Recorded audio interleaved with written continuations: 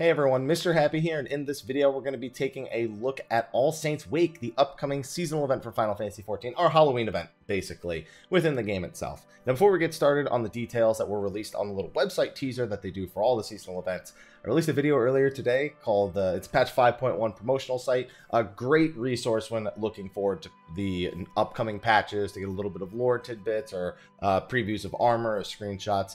However, I'm gonna be haunted by this. I at one of the points I read something that uses the source as a term, and it's a name of the lake in the Lakeland, and the comment section has definitely let me know or reminded me that that is the name of the lake in the Lakeland and not referring to the base world that we come from in Final Fantasy XIV. So I got the message. With how many comments are there repeating the same thing, figured it was worth mentioning in the next video. I got it. I'm good. Trust me. Now, that being said, All Saints Wake is classically one of my favorite seasonal events in Final Fantasy XIV, though it's kind of stagnated in recent years. As you can see, we have the artwork here. My favorite thing being the Ayaya face at the top left coming from the Makote up there, despite the rest of the art actually being quite nice. But All Saints Week is going to be taking place from Thursday, October 17th, from 1 a.m. Pacific to Friday, November 1st at 7:59 a.m. Pacific. So you have in that time to get this year's seasonal event done and collect the rewards. If you don't do that, then the rewards will be available next year, but they will be available on the MOG station, and they'll probably cost you a couple bucks. So definitely worth logging in and getting them this year, because there's actually some pretty decent rewards, although I was somewhat tempered because I misunderstood what the reward structure actually was.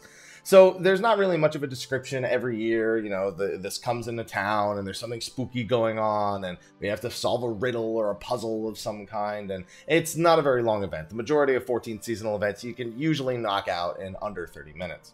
One big thing with Halloween and why it's classically been a favorite seasonal event for me, I'll include some of my really old footage of the event from I think back in 2016, is that there's usually a haunted house instance where you actually get to go through with a party of 4 and complete a bunch of different objectives. Now, we don't know if they're going to be making any adjustments to this. It's usually just used as a repeatable thing that lets you earn some of the older rewards, and it's something that's been good, but it's just the same thing year in and year out, now that people have said that they like it. We don't even have confirmation that it'll be here, but it's been a mainstay of every seasonal event since its introduction for Halloween, so it'll probably be there. If you want to learn more, watch the old video. It'll probably have mostly relevant information with a few missteps in regards to the way that I actually speak.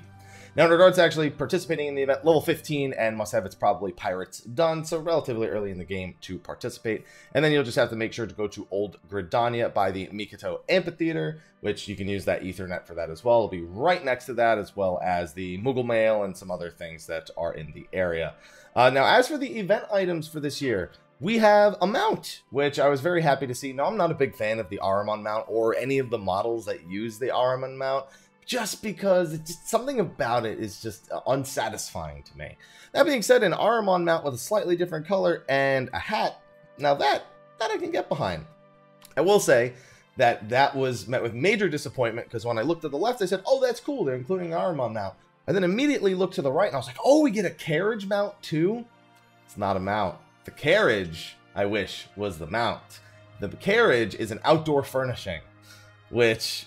oh man, I was so disappointed when I realized that that wasn't a mount on the right. Maybe one day we can get the Moogle pumpkin carriage as a seasonal mount, but that's not going to be this year. So please, next year, I'm going to beg for that. There's also an advertisement, which is just a wall mount. You know, it's just a little poster that you can hang in your house. These are all the this year rewards. Again, when I mentioned the haunted house, that usually has a bunch of old rewards that you can pick up as well, but I'm not exactly sure what it is they are going to be, as it says certain items available from previous iterations will be available from the vendor.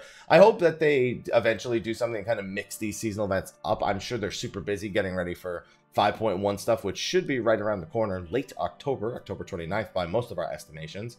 But, you know, I feel like seasonal events have started to stagnate again in 14, so I'm hoping that they pick the pace up a little bit in the upcoming seasonal events, but we'll just have to wait and see. Anyway, let me know what you think of All Saints Wake, if you're looking forward to it, if you wish that the pumpkin carriage was mount as badly as I did. We'll probably do something quick on it in the coming weeks as well.